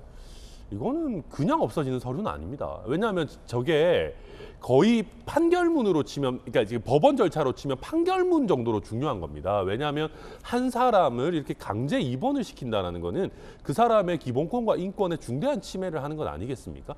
그렇기 때문에 저런 서류들을 엄밀하게 30년 동안 보관해 놓으라고 한 겁니다. 왜냐하면 그 사람이 나가야 될 때 왜 나를 이렇게 강제로 이렇게 하느냐라고 이 서류들을 보자라고 해서 법원에서 그걸 다툴 수가 있어야 되는 것이거든요. 그러니까 저게 성남시뿐만 아니라 여러 지자체에서 저런 사례들에 대한 서류는 나름대로 엄중하게 보관을 하고 있을 겁니다. 준연구 대상 서류는 따로 두거든요. 그렇다면 이게 어떤 개입 없이 내지는 증거를 인멸해야 된다라는 어떤 세력 없이 과연 우연히 일어날 수 있는 일이냐. 그러니까 이게 배후가 안 밝혀진다라면 그냥 뭐 보관 소홀로 인한 징계 정도가 문제될 수 있지만 이게 만약에 어떤 그 배후가 있고 의도적으로 이걸 없앴다라고 한다면은 공용 기록물 파괴 뭐 이런 식의 범죄 혐의까지도 문제가 될 수 있는 그런 중대한 상황입니다. 예. 원전의 경제성 평가를 조작했다는 의혹과 관련해서 산업부 공무원이 주말에 나와서 관련 문서를 막 폐기했다가 걸린 사건. 네. 그랬을 때 감사원 조사였던가요? 나도 신내림이 받은 것 같다. 어떻게 감사원 조사가 진행될 줄 나 몰랐다. 라고 말도 안 되는 소리 했었던 그런 사건이 떠오르기도 하는데 그렇죠. 과연 이게 그때처럼 누군가가 의도적으로 삭제했을 수도 있다. 그러니까 최악의 경우는 그런 겁니다. 이제 지방선거 선거 방송 틀어놓고 성남시장이 바뀔 것 같으니까 갑자기 이제 신내림과 유사한 느낌을 받아가지고 이걸 막 파쇄하기 시작했다라고 하면 이건 정말 어마어마한 범죄 행위고요. 그게 아니라 하더라도 어떤 이게 언젠가는 문제될 수 있겠다라고 해서 미리 없애놓겠다. 그거 역시 당연히 범죄 행위입니다. 자, 전용기 의원님. 네. 에이 설마 그랬겠어요. 어딘가 지금 어디 있는데 지금 못 찾고 있는 거 아닐까요? 강제 입원과 관련해서는 당연히 굉장히 많은 재판을 겪었기 때문에 해당 서류는 존재해야 되는 것이 맞는 것이고요. 성남시가 지금 왜 없는지 모르겠다 이렇게 이야기할 것이 아니고 찾아야죠. 네, 찾아야 되는 거고 당연히 그 관련 공무원들 누가 이 서류를 관리했는지 충분히 알 수 있는 존재지 않습니까? 그렇기 예. 때문에 이것을 찾아내고 밝혀서 오히려 국민들께 떳떳하게 밝히는 것이 성남시가 할 일이다라고 그렇지. 생각하는데 왜 없는지 모르겠다라고 하고 있고. 그러면 이제 네가 모르면 누가 알아? 이런 반응 나오거든요. 그렇죠. 당연히 이제 공공 기록물이기 때문에 충분히 확인할 수 있는 부분이 있고 만약에 필요하다면 재판의 기록물로 관련되었던 그러니까 증거로 쓰여졌던 내역까지 확인을 해서 이 해당 문제는 이렇게 군부를 짚을 게 아니고 성남시가 책임지고 밝혀내야 될 부분이다라고 생각하는 부분입니다. 지난번 대통령 선거 토론 때 이 친형의 정신병원 강제 입원 의혹과 관련돼서 이재명 당시 후보와의 어떤 설전 대목도 준비가 돼 있는데 한번 들어보실까요? 이재명 후보가 형님 이재선 씨나 또 자신을 공격하는 그 씨를 정신병원에 강제 입원한 그 현안과 관련해서 이런 말씀을 이거 사실이 아닌 공약을 주신 얘기를 거 아닙니까? 후보님 사실이 아닌 가만히 얘기를 계세요? 합니까? 그건 경찰이 한 네, 가만히 일이에요. 계세요? 경찰이 네. 시장이 시킨 걸 합니까?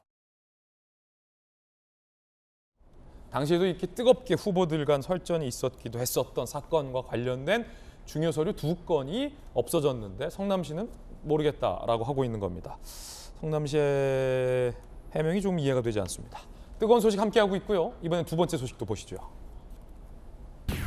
앞서서 한동훈 장관 얘기 나왔습니다만 이 한 장관을 독직 폭행했다는 혐의로 정진웅 검사에 대해서 1심에서 유죄 판결이 나왔는데 2심에서 1심 판결이 뒤집히고 무죄가 나왔습니다. 그런데 2심 재판부도 정 검사에 대해서 따끔히 질타를 했다는 건데 검찰은 반발하고 있습니다. 2020년 신라젠 취재 의혹 사건 압수수색 과정에서 한동훈 법무부 장관, 당시 법무연수원으로 좌천돼 있던 한동훈 검사를 독직 폭행했다는 혐의죠. 검사, 경찰 등이 직무수행 과정에서 조사 대상자를 폭행하거나 가혹행위를 했을 때 독직 폭행 혐의가 씌워질 수 있습니다. 1심 재판부, 휴대전화를 빼앗으려는 의사뿐 아니라 유형력 행사를 위한 미필적 고의가 있는 폭행이 인정된다라며 징역 4개월에 집행유예 1년을 선고한 바 있는데 2심 재판부가 어제 독직 폭행의 고의, 의도성이 인정되지 않는다. 미필적 고의 인정 안 된다라며 무죄를 선고했습니다. 1심과 2심의 판단이 갈린 겁니다. 1심에서는 의도가 있다. 2심에서는 의도가 없다라는 겁니다. 정진웅 검사의 이야기 어제 한번 들어보시죠. 검찰하고 이제 1심 재판부에서 오해하셨던 부분이 있었는데 그 부분에 관해서 재판부에서 바로잡아 주셔서 감사하게 생각하고 있습니다. 당시 한동훈 장관께서 그때 증거인멸 시도하려고 했었던 그런 생각에 변함이 없으신 거죠? 자, 그 부분에 대해서는 앞서도 뭐 재판이 계속될 가능성이 있기 때문에 말씀드리지 않는 것으로 하겠습니다. 상고심에서 결과 달라질 가능성이 있다고 보십니까? 뭐 그건 제가 예측할 수 있는 부분이 아닌 것 같습니다. 당시에 문재인 정부 하에서 독직 폭행 혐의로 기소가 됐는데 기소가 됐던 정진웅 검사는 오히려 영전을 한 바 있어서 논란이 됐던 기억도 납니다. 2심 재판부가 무죄로 뒤집었는데 정진웅 검사를 꾸짖었습니다. 이것도 되게 의아하고 독특한데 재판부. 증명이 부족해 형사 책임 인정할 수 없다고 판단했지만 직무집행이 정당했다고 확인하는 취지가 아닌 것 정진웅은 잘 알고 있을 것이다. 피해자가 겪어야 했던 아픔을 깊이 반성하고 성찰할 필요가 있다. 라고 2심 재판부는 질타를 했습니다. 그러자 검찰이 재판부의 이 판결에 이의를 제기했습니다. 수사팀, 피고인이 피해자의 몸 위에서 누르는 상황이 된 후 즉시 유용력 행사 중단할 수 있었음에도 지속한 행위는 폭행의 고의가 드러난 거다. 2심 재판부의 납득은 어렵다. 라고 상고할 예정이다. 한동훈 장관은 개인 관련 형사사건에 장관이 입장을 내는 건 적절하지 않다라고 말을 아꼈습니다.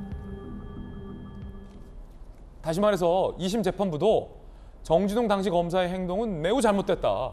하지만 고의가 있었다라는 증거는 부족하다. 그래서 무죄다라고 무죄를 뒤집었다라는 건데 이렇게 되면 1심은 유죄, 2심은 무죄이기 때문에 3심 최종심 대법원의 판결이 상당히 궁금해지는 대목입니다. 정진웅 검사가 항소심 최후 진술에서 굉장히 독특한 이야기를 꺼냈어요. 한동훈에게 미안하다. 이런 얘기를 했는데 정진웅 검사의 태도가 확 바뀐 겁니다. 당시만 하더라도 본인이 입원을 하는 등 나도 폭행을 당했다. 나도 부상을 당했다. 뭐 이런 태도였는데 1심에서 유죄가 나오고 2심 최후 진술 때 정진웅 검사가 피해자나 다른 검사와 수사관들에게 마음의 상처를 미안하다. 제 친정이 검찰에 서운하다. 제가 거짓말하고 왜곡한다는 오해만 거둬있으면 좋겠다라고 확 다른 뭔가 달라진 모습을 보이기도 했었고 결국 2심에서는 무죄가 됐습니다. 천하람 변호사님, 네. 1심 유죄, 2심 무죄. 그럼 어떻게 되는 겁니까? 그러니까 원래 이제 대법원은 가능하면은 고등법원에서 낸 그냥 아니면 2심 재판부에서 낸 결론 사실관계는 안 건드리려고 합니다. 근데 이제 거기에 몇 가지 예외들이 있는데 대표적인 게 1심과 2심의 사실관계에 대한 판단이 달랐던 경우입니다. 지금 이 사건 같은 경우는 제가 봐도 종이 한 장 차이로 갈릴 수 있는 부분입니다. 예를 들면 휴대전화를 뺏기 위해서 달려들었는데 이 사람이 다치거나 이렇게 아니면 내지는 폭행을 하려고 했던 고의가 있었느냐라는 판단은 보기에 따라서 굉장히 다를 수 그렇군요. 있습니다. 지금 검찰에서 얘기하는 것처럼 달려들여서 넘어지고 이렇게 바로 일어난 게 아니라 이렇게 조금 더 폭행을 지속한 게 아니냐라고 볼 수도 있는 거고 이 전체 과정이 좀 우연히 일어났다라고 볼 수도 있는 겁니다. 그래서 2심 재판부에서도 무죄라고 판단은 하면서도 이 행위 자체가 결코 적절하지 않았다라는 거를 명확하게 얘기를 한 거거든요. 그래서 이런 전체적인 내용을 종합해 보면 대법원에서도 이 미필적 고의, 이 고의성을 얼마만큼 어떤 잣대로 판단할 거냐에 대해서는 대법관들 사이에서도 이건 의견이 갈릴 수 있을 만한 그렇군요. 첨예한 그런 사건일 겁니다. 한 장관의 과거 발언 한번 들어보겠습니다. 이 사건과 관련된 당시의 입장이었습니다. 저는 4번 좌천당하고 2번 압수수색을 당하고 사적인 동선을 CCTV로 사찰당하고 후배 검사로부터 독직 폭행을 당했습니다. 지난 1년간 잘못이 바로잡히는 상식적인 과정이라고 생각합니다. 오늘은 제가 독직 폭행의 피해자로서 증언을 위해 출석한 거기 때문에 긴 말씀 드리는 것은 재판에 대한 예의가 아닌 것 같고요. 적법한 영장 집행에 저항하려 했다는 식으로 계속 질문을 하던데 거기에 대한 입장은 어떠신가요? 그렇지 않으니까 기소가 됐겠죠? 정치적인 수사였던 것 같다는 말씀도 하셨는데 저는 그렇게 생각합니다. 자, 과연 3심 대법원의 판결은 어떻게 나올지도 궁금해집니다. 이번엔 세 번째 소식 살펴보시죠. 이 어린아이는 영어를 유창하게, 영국식 악센트를 유창하게 하는 굉장히 귀여운 여자아이 유튜버입니다. 그런데 상당히 뜨거운 관심을 받고 있는데 북한 어린 아이 유튜버입니다. 함께 보시죠. I'm Song Ai-im from Pyongyang. I'm 11 years old and 5th year in the primary school. Pyongyang, where I live, is a very beautiful and magnificent city. Plus, you may wonder how I can speak in English this fluently, right? Well, it is my mum who had done all the work. She taught me English from a very young age. My favorite book is Harry Potter, written by J.K. Rowling. The doorbell was rang. Who on earth could it be? It was the military doctor. He introduced himself as the military doctor who was in charge of our apartment. They were here to deliver medicine to all of the people who were sick. My favorite is red bean and melon flavored ice. I like tomato and watermelon. If you come to Pyongyang, please let me know. And if you do let me know, I will take you to the best shaved ice store in our country. 뭐 귀엽다고 보실 수 있는 분도 있겠습니다만 저는 사실 개인적으로 굉장히 이 장면을 비판적으로 보는 사람 중에 한 명입니다. 북한이 체제 선전을 위해서 어린 아이를 전면에 꼭두각시로 내세운 거기 때문에 이 아동의 인권과 관련해서 뭐 긍정적인 평가를 전 도저히 내릴 수가 없는 상황입니다. 물론 이 아이는 추측컨대 북한의 고위 상류층에서 굉장히 좋은 혜택을 받으며 자란 아이임에는 분명해 보입니다만 그 이면에 수많은 배고픔에 시달려야 했던 북한 아동들의 얼굴이 떠올라서 저는 도저히 이 장면을 웃으면서 보도할 수가 없을 것 같습니다. 이 아이 정체가 누굴지 한번 보시죠.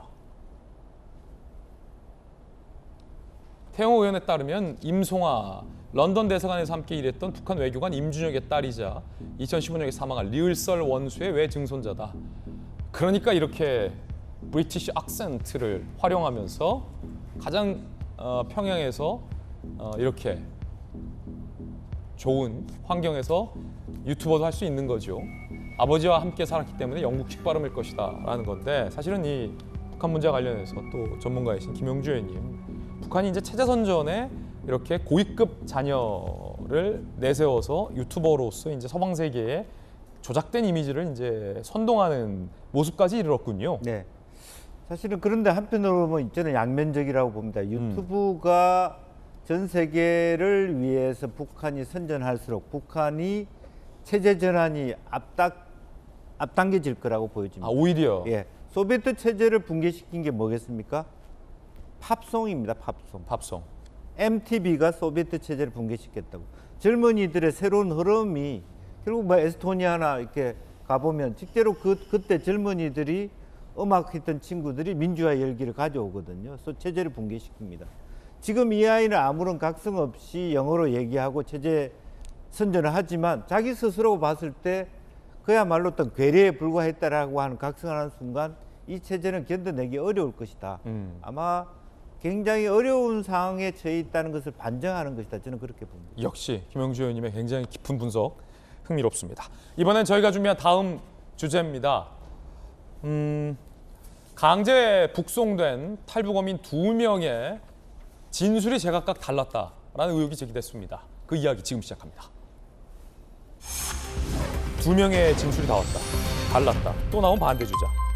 북한 어민 2명의 조사 과정, 굉장히 짧은 조사 과정을 거쳤는데 그 조사 과정에서 두 사람의 진술이 달랐다라는 의혹이 제기됐습니다.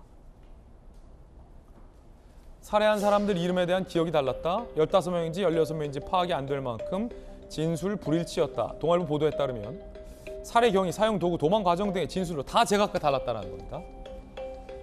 문정부에서 2명 진술이 일치한다라는 주장과 상반이 된다라는 겁니다. 당시 김현철 장관은 진술과 세밀한 묘사들이 두 사람이 일치했다라고 주장했는데 지금 정부 고위 관계자의 이야기와는 전혀 다릅니다. 한번 들어보시죠. 2명을 분리 신문을 했고 각각이 어떤 선입관을 가질 수 있는 그런 것을 전혀 얘기한 바가 없고 그런데 각자가 진술을 했고 그 진술 내용이라는 것이 범행의 역할이라든가 범행의 과정이라든가 기타 등등과 관련된 아주 세밀한 묘사들이 일치했다라고 알려져 있습니다. 김현철 장관의 저 발언은 과연 사실이었을까? 라는 의문이 제기되고 있고, 김현철 당시 통일부 장관은 뭘 알고서 얘기한 걸까? 라는 의문을 제기하는 국민의힘 일각의 분위기도 있습니다. 과연 누구 말이 맞은 걸지 이제는 헷갈릴 지경입니다. 진술이 엇갈렸는데 과연 보완 조사는 있었을까? 이 대목도 중요한 대목으로 보입니다. 정부 고위 관계자에 따르면 두 사람 진술이 엇갈렸지만 대질신문, 거짓말 탐지기 조사 등 기본적 절차도 안 지켜졌다. 배 현장 조사도 특별한 이유 없이 중단됐다. 충분한 보완 조사 없이 조사 종료 후 북송됐다. 동아일보 보도에 따르면 정부 고위 관계자는 첩보 종합적으로 분석한 결과 북송된 지 며칠 뒤 바로 처형된 것으로 파악한다. 결국 저렇게 끌려간 사람들은 북한에서 처형이 됐다는 겁니다. 자, 여야 의견 한번 들어볼 텐데, 김병민 대변인님. 네. 뭐 흉악범이다 아니다의 논란을 떠나서 두 사람의 진술이 제각각이었고 기본적인 진술들, 사실관계를 파악하는 데 있어서 몇 명을 살해했는지, 살해한 사람의 신상은 무엇인지, 흉기는 무엇인지, 당시 상황은 어땠는지에 대한 진술이 제각각이었다면 보완 조사해야 될 텐데 이런 게 제대로 없었다라는 게 지금 동아일보 보도인데 어떻게 보세요? 심각한 문제가 있죠. 그러니까 이른바 답정너라고 얘기를 하고 있는 것처럼 결론을 정해놓고 나서 북으로 그냥 돌려보내는 강제 귀순, 강제 북송 조치가 이미 결정이 돼 있었던 상황이기 때문에 나머지 내용들은 전혀 중요치 않았던 게 아닌가 이렇게 생각할 수밖에 없습니다. 엽기적인 살인마라고 거듭 주장을 하지 않습니까? 엽기적인 살인마라고 주장을 하려면 이들이 귀순 의사가 없었다고도 얘기를 하게 되는데, 그럼 완벽한 두 사람에 대한 분리신문 조치 속에서 내용들이 일치하고 더 이상 조사의 여지가 없어라고 주장하는 것이 그나마 민주당 그리고 전 정부였던 문재인 정부의 주장을 뒷받침할 수 있을 거라 생각하는데요.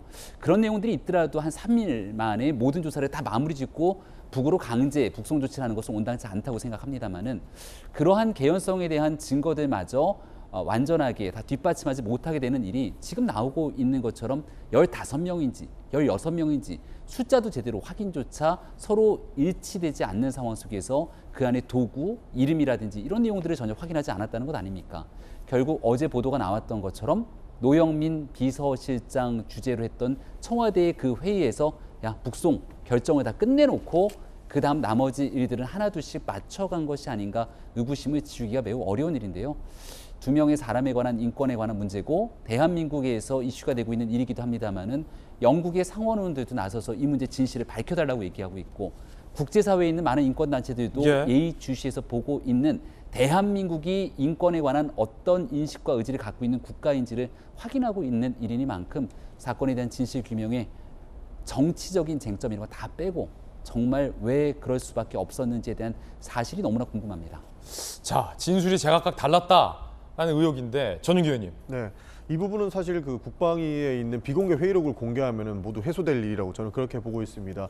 이제 원구성이 어느 정도 진행이 되고 나서 국방위원장이 뽑히고 나면 국방위원장의 주재로 이 비공개 회의록을 공개해 주실 것을 저는 요청드리는 바다 이렇게 말씀드리고 싶고요. 국방위에 회의록 까자. 그렇죠. 국방의 비공개 회의록을 보면 그 당시에 우리 그 16명을 살해했다라는 SI 정보 내용도 공개될 수 있기 때문에 이 기록만 공개하면 충분히 국민들께 소상히 말씀드릴 수 있을 것 같다. 전윤기 의원님, 그 국방위 회의록에 그러니까 우리 군과 합참이 체득한 SI 정보가 있다는 말씀이신 거죠? 네, 많은 보도에도 나왔는데요. 사실 SI 등을 통해서 16명을 죽인 원래 3명이 이제 도주를 하고 있다라는 내용까지 우리 군은 파악하고 있었던 걸로 알고 있습니다. 그걸 까자? 네, 그래서 그 3명이 도주하고 있고 1명은 체포됐고 2명은 서해로 도주를 하고 있다라고 했던 것이고요.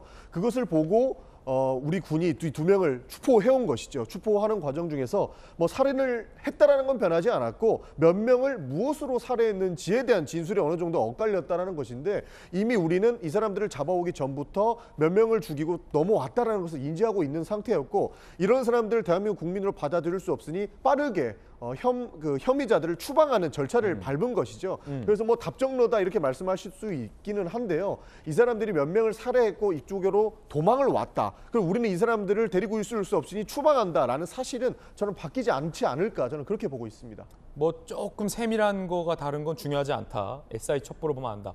이 SI 첩보 관련돼서 좀 깊게 들어가 보면 김영주 의원님 잘 아시니까 우리가 취득했다는 SI 첩보가 무엇일지 모르겠으나 요는 북한 내에서 이 사람들이 살인을 하고 도주를 했다라는 내용일지인데 살인 행위가 이뤄진 장소는 바다 한가운데였어요.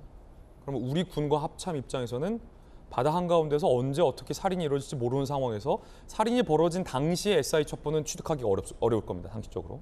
그렇다면 우리 군과 합참이 취득했다라는 건 상식적으로 추측해 봤을 때 이 사람들이 북한 내에서 탈출을 하는 과정에서 북한 군인들이 혹은 북한에서의 어떤 추격, 살인자다, 살인마다 혹은 북한이 우리 쪽에게 건네준 어떤 내용 이런 것들이 이제 우리 군과 합참에서 취득했을 텐데 SI로 그때는 북한의 주장이 많이 담겨져 있었을 거란 말이에요.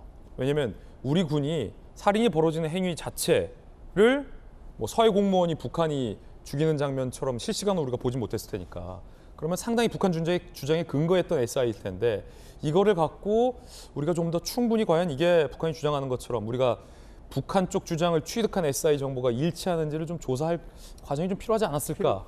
필요할 부분이 있습니다. 어제 한기원 때문에 더 이제 여러 가지 복잡해졌는데요. 애당초 이 사람들은 살인당한 자들이 아니라 탈북을 시도하다가 잡혔던 자일 수도 있고 따라서 여러 가지 케이스가 지금 생기는 거예요.